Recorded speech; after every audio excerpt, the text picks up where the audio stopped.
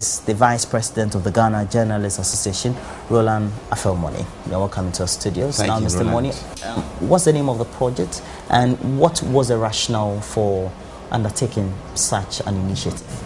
And the program is dubbed Using the Media to Promote the Transparency and Credibility of the 2012 elections. You know, we all know that without the media, there cannot be any true democracy. It is ingrained in theory and also rooted in practice.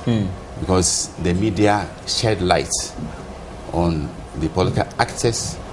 They engage in what is called sorting, giving the background of the political actors for the voters to make informed choices at the polls. And then they also give a sense of ownership to the electorate so that they be part and parcel of the political system. And so without the media, you can imagine what will happen. And thankfully, Ghana strives cause of appreciation nationally and internationally, because the media have been active in shaping our political destiny. So, how did this project come about? Where are you getting the funding from, and what is the span of the project? An NGO new on the block, Star Ghana, has rallied to our aid with a substantial amount, given the flurry of activity we intend to undertake. Under the program, we engage the EC and other stakeholders regularly to tell us, how they are going about their job, the challenges they face, and how they clear the hurdles which come their way. By so doing, the people will be informed about every step, because the transparency and fairness of every election is not only determined on election day. Every process ought to pass the test of transparency and fairness and objectivity. So we believe that we need to engage them to expose the dark spots if they occur, and then get the people to also make input into how best we can shape an electoral system which will be responsive to our needs. Now, just like other civil society interventions or initiatives, there might have been a nice proposal detailing a well-outlined plan of action. What are some of the components?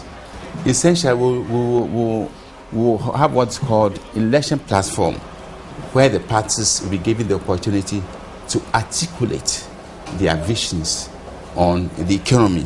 Economically, ours is said to be the fastest growing in the world, but in spite of the economic upswing, we still have some challenges. There are so many people who live on an economic shoestring.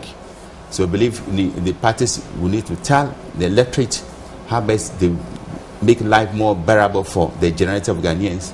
And we also look at food security. Even though we have everything in abundance, rainfall, land, and all that, but food is still an issue, because it said that any economy which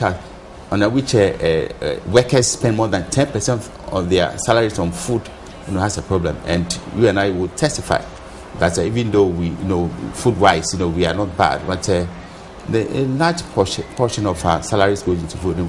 We need to tackle this in a more comprehensive manner. So we give the parties and the candidates the platform to tell us how best they can help us to achieve the critical need of food security. We also look at agriculture. Agric and food go hand in hand. And so the parties will have to tell us how they will achieve this critical. And health.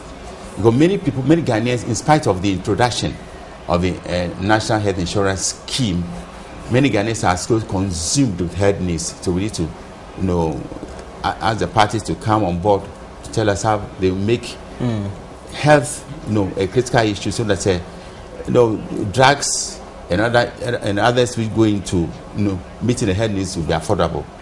We also look at security and all that, because economic, well-being without security, or politics without security, it's dangerous or skittish.